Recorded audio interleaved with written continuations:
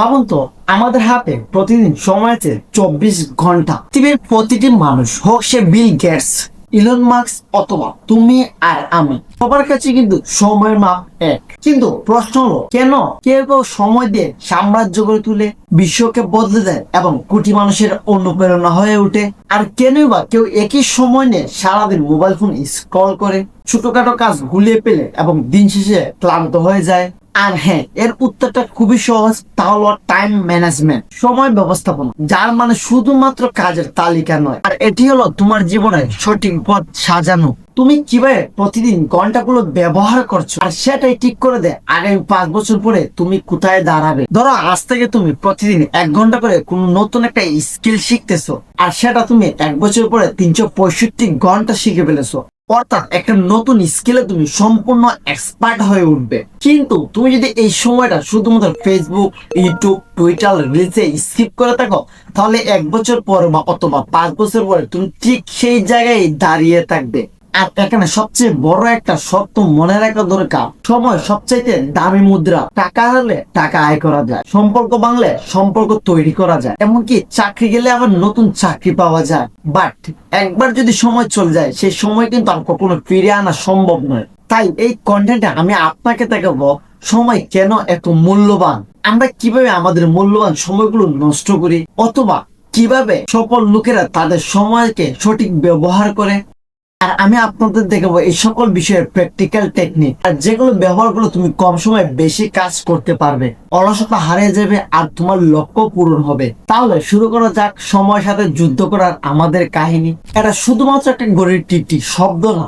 তোমাকে একটা উদাহরণ দিয়ে ধরো, তোমাকে বলা হলো আজ থেকে প্রতিদিন তুমি ৮৬,৪০০ টাকা পাবে, কিন্তু একটা শর্ত আছে, দিনের শেষে যদি কিছু অবশিষ্ট থাকে তাহলে সেটা পুরোপুরি যাবে। কিন্তু পরের দিন আবার নতুন করে ৮৬,৪০০ টাকা আসবে, পরের দিন আবার নতুন করে ৮৬,৪০০ টাকা আসবে। তুমি কি সেই টাকা নষ্ট করতে চাইবে? না, তুমি প্রতিদিন যতটা সম্ভব বুদ্ধিমানের মতো কাজে লাগাবে, খরচ করবে এবং বিনিয়োগ করবে। কিন্তু বাস্তবতা কি জানেন, আমরা কিন্তু প্রতিদিন ৮৬,৪০০ সেকেন্ড সময় পাই, কিন্তু সেই সময়গুলো যদি আমরা অপচয় করি, সেটা কিন্তু দিন শেষে আর ফিরে আসে না।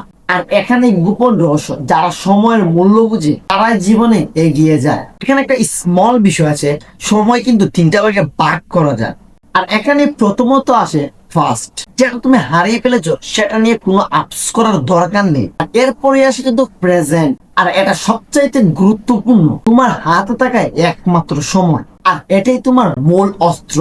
আর 3 নম্বরে আছে কিন্তু ফিউচার, আর তোমার প্রেজেন্টকে কিভাবে ব্যবহার করছো সেটাই কিন্তু তোমার ফিউচার গড়ে তুলবে। তাই আমাদের উচিত এই 3টা কালকে সঠিকভাবে ব্যবহার করা। আর আমরা আরো গভীরে জানতে পারবো যখন ভিডিওর আরেকটু পিছনে যাব। এবং আসল শিক্ষা হলো, ভবিষ্যৎকে স্বপ্ন দিয়ে নয়, বর্তমান সময়কে সঠিক কাজে লাগিয়ে ব্যবহার করতে হয়। সাপোজ একটা ছাত্রের জন্য পরীক্ষার সময় 1 ঘন্টা অনেক বড় বিষয়, একজন উদ্যোক্তার জন্য একটা মিটিং হয়তো কোটি টাকার ব্যবসা ঠিক করে, আর একটা খেলোয়াড়ের জন্য 1 সেকেন্ড ম্যাটার করে সে গোল্ড মেডেল পাবে না কি পাবে না। তাই বলা যায়, সফলতা ও ব্যর্থতার মধ্যে সবসময় প্রতিভা নয়, মাঝে মধ্যে সময়কে ব্যবহার করা ম্যাটার করে। তুমি কি ভেবেছো আজ তুমি যেভাবে সময়কে ব্যবহার করেছো, আর সেটা যদি তুমি 1 বছর ধরে চালিয়ে যাও, তোমার জীবন কেমন হবে এটা কমেন্ট বক্সে জানিয়ে যাইও। আমাদের মধ্যে অনেকের বিগ সমস্যা, সময় কোথায় চলে যায় সেটা আমরা বুঝি না। সোশ্যাল মিডিয়া 10 মিনিট ভেবেছিলে, হয়ে গেল 2 ঘন্টা।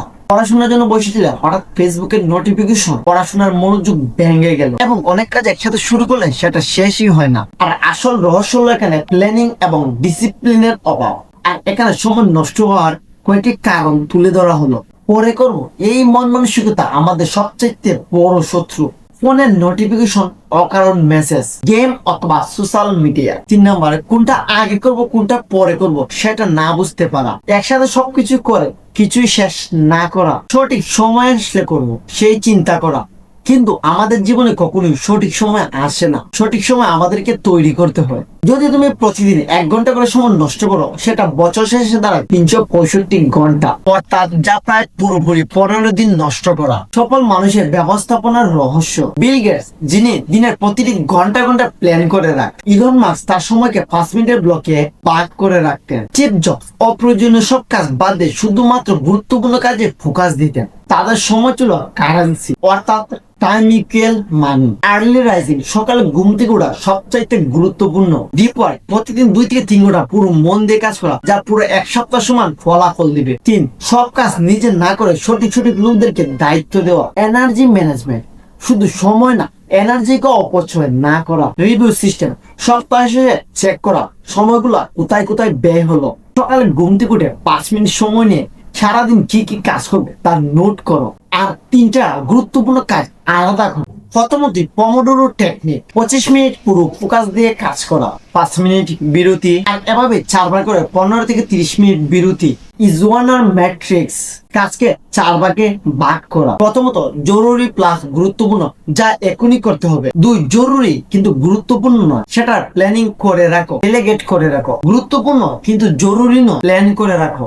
না জরুরি না গুরুত্বপূর্ণ, ডিরেক্ট কাট করো। টাইম লকিং, প্রথমত সকালে কঠিন কাজ, দুপুরে লাইট কাজ বা মিটিং, আর রাত প্ল্যানিং প্লাস বিশ্রাম। 5.2 মিনিট রুল, যে কাজ 2 মিনিটে করা যায় সেটা এখনই করো, ডেইলি করার দরকার নেই। Most important 5 tools for time management. 1, Google calendar, সময় ব্লক করতে কাজে দিবে। নেশন প্লাস ট্রেলো, কাজ সাজাতে সাহায্য করে। হ্যাবিট ট্র্যাকার্স অ্যাপস, অভ্যাস ট্র্যাক করতে সাহায্য করে। অ্যালার্ম বা রিমাইন্ডার, কাজ মনে করাতে সাহায্য করে। জার্নাল প্ল্যানার, দিনের রিভিউ লিখতে সাহায্য করে। এখন প্রশ্ন হলো, প্রতিদিন কিভাবে 2x প্রোডাক্টিভ হওয়া যায়? তাহলে এটা নিয়ে একটা শুরু করা যায়। সকালে ফোন নয়, বই বা কাজ শুরু করো। দিনের সবচেয়ে কঠিন কাজটা আগে শেষ করো। মাল্টি স্ক্রিন বন্ধ করো, এবং মোস্ট ইম্পর্টেন্ট, দিনের শেষে লিখে রাখো কোথায় কত সময় ব্যয় হয়েছে। প্রতিদিন 1 ঘন্টা অন্ততপক্ষে নতুন কিছু শিখো। আর টাইম ম্যানেজমেন্ট মানে প্রতিদিন বেশি ব্যস্ত থাকা না। টাইম ম্যানেজমেন্ট মানে কম কাজ করো, বেশি বেশি রেজাল্ট পাওয়া। না বলতে শিখো, সব কাজ তোমার করার দরকার নেই। মনে করো, ডিস্ট্রাকশন তোমার সবচাইতে বড় বাধা। একটা হার্শ রিয়ালিটি, তুমি তোমার সময়কে এখন যেভাবে ব্যবহার করছো, সেটি তোমার পরবর্তী 5 বছর পরে সময়কে নির্ধারণ করবে। আর হ্যাঁ, সময় তোমার জীবনের সবচাইতে বড় সম্পদ। আর আজ থেকে তুমি প্রতিটা সেকেন্ডকে তুমি গনে গনে ব্যবহার করো। 6 মাস পরে তুমি নিজেকে চিনতেই পারবে না। আর আজ একটা খাতা বের করে লিখে রাখো, আগামীকাল সকালে ঘুম থেকে উঠে তুমি সর্বপ্রথম কোন কাজটা করবে। মনে রাখো, time management equal life management.